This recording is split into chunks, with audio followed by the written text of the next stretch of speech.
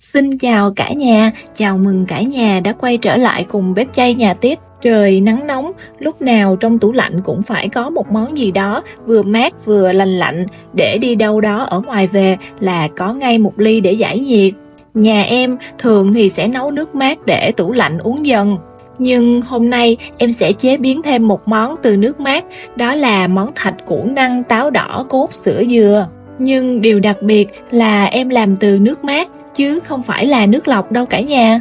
Bây giờ em mời cả nhà cùng vào bếp với em nha. Đã gọi là thạch củ năng táo đỏ cốt sữa dừa thì nguyên liệu chính không thể thiếu đó chính là củ năng và táo đỏ. Phần củ năng táo đỏ thì định lượng tùy theo cả nhà nha. Cả nhà muốn ăn nhiều thì mình dùng nhiều, còn muốn ăn ít thì mình dùng ít. Ở đây em dùng là 11 củ năng và 16 trái táo đỏ nha. Cả nhà chuẩn bị thêm các nguyên liệu. Ở đây em có nước cốt dừa, rau câu giòn, rau câu dẻo hay còn gọi là rau câu trái dừa. Phần rau câu dẻo em quên quay nên cả nhà note lại nha. Một gói sữa tươi không đường. Cả nhà dùng loại nào cũng được, cả nhà dùng loại có đường cũng được, nhưng em thấy loại không đường thì sẽ ngon hơn và béo hơn đó. Tiếp đến là em sẽ dùng một ít sữa đặc nữa. Bí quyết để có món thạch củ năng táo đỏ không những thơm mà còn mát thì là đây, một bó nước mát như thế này nè cả nhà. Chợ chỗ em người ta phân sẵn ra một gói như thế này là 12.000 đó cả nhà. Trong đây thì em thấy có đủ thứ loại lá, có lá dứa, mía lau, rễ chanh, rau bắp với một số loại lá mà em cũng không biết tên nữa. Bây giờ em đem các nguyên liệu đi rửa cho thật sạch và để ráo một xíu nha cả nhà. Nếu như chỗ mọi người không có bán set như thế này thì mọi người chỉ cần chuẩn bị 3 loại này giúp cho em thôi cũng được nha. Đó là mía lau, rau bắp và rễ chanh. Còn nếu như khó tìm quá thì cả nhà có thể lên các sàn thương mại. Em thấy cũng có bán những cái set nấu rau bắp rễ chanh, cả nhà có thể tìm thử nha. Mía lau thì bây giờ em đi tước vỏ ngoài, sau đó em chẻ thành từng thanh nhỏ như thế này.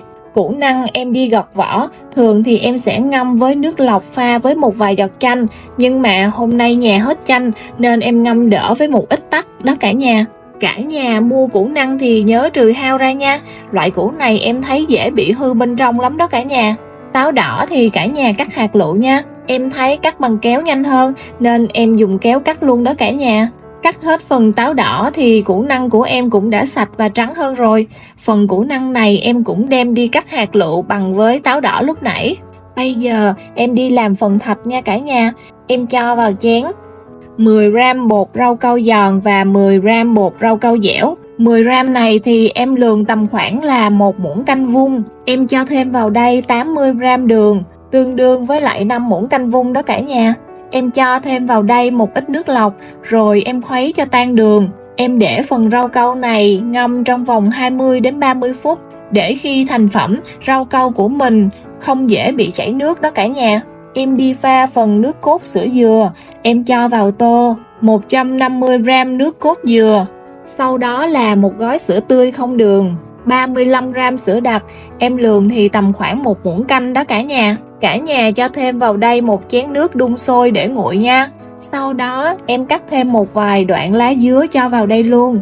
Cả nhà nhớ khuấy đều cho phần sữa đặc của mình được tan ra nha. Bây giờ em sẽ đi nấu phần nước cốt sữa dừa. Cả nhà cho hết phần sữa dừa lúc nãy trong tô vào nồi. Cả nhà bật lửa nhỏ liu riu thôi nha. Đợi đến khi phần sữa dừa này sôi nhẹ lăn tăn là được. Cả nhà đừng để sữa dừa của mình bị bùng quá nha.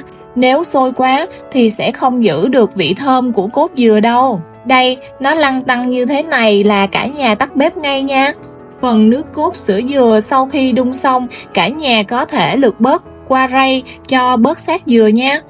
Còn nếu như mình dùng nước cốt dừa lon thì cả nhà có thể bỏ qua bước này. Phần nước mát em đã rửa sạch, em bó từng bó nhỏ lại rồi nè cả nhà. Bó như vậy thì phần lá sẽ được gọn hơn, không bị mất diện tích của nồi đó cả nhà. Một bó này em thấy to lắm, thường thì em nấu được tới tận 4 lít nước lận. Hôm nay em cũng cho vào đây 4 lít nước luôn. Một phần em dùng làm thạch củ năng, phần còn lại em cho đường phèn vào uống như mọi hôm. Tính ra nấu một lần mà được 2 món luôn đó cả nhà. Phần nước mát em đun thêm 20 phút tính từ lúc nước sôi để các loại lá ra được hết chất. Đun như vậy thì ban đầu là 4 lít, bây giờ còn tầm khoảng 3 lít thôi đó cả nhà. Nước mát của em bây giờ đã được rồi, bây giờ em bắt xuống và lọc qua rây. Em lấy 1 lít nước mát để làm món thạch củ năng táo đỏ, phần còn lại em pha đường phèn để tủ mát uống dần. Trong nồi bây giờ là 1 lít nước mát, bây giờ em cho phần rau câu đã ngâm được 30 phút lúc nãy vào. Cả nhà khuấy lên một chút rồi mình bắt lên bếp nha. Đổ rau câu thì cả nhà cứ phải khuấy liên tục từ lúc nước còn nguội như thế này nè. Phần củ năng cũng hơi lâu chín, nên lúc nước đang chuẩn bị sôi thì em cho củ năng vào để đun luôn nha cả nhà. Cả nhà cứ khuấy liên tục nha. Phần rau câu này cả nhà đun trong vòng 15 đến 20 phút là được. Bây giờ rau câu của em sắp xong rồi, em cho thêm vào đây táo đỏ. Cho táo đỏ vào tầm khoảng 30 giây đến 1 phút nữa là được rồi nha cả nhà. Bây giờ em bắt nồi rau câu xuống và cho ra khuôn. Cả nhà để cho nguội bớt rồi cho vào ngăn mát tủ lạnh tầm 2 tiếng. Như vậy thì sẽ giúp cho phần rau câu của mình được chắc hơn, không dễ bị chảy nước đó cả nhà. Rau câu sau 2 tiếng em để trong ngăn mát thì bây giờ cũng đã hoàn chỉnh rồi. Em lấy ra khỏi khuôn và cắt miếng nhỏ vừa ăn. Cả nhà có thể cắt theo sở thích của mình nha. Ở đây rau câu của em chia làm 2 phần, phần nhân lắng ở phía dưới, phần thạch mát thì ở phía trên.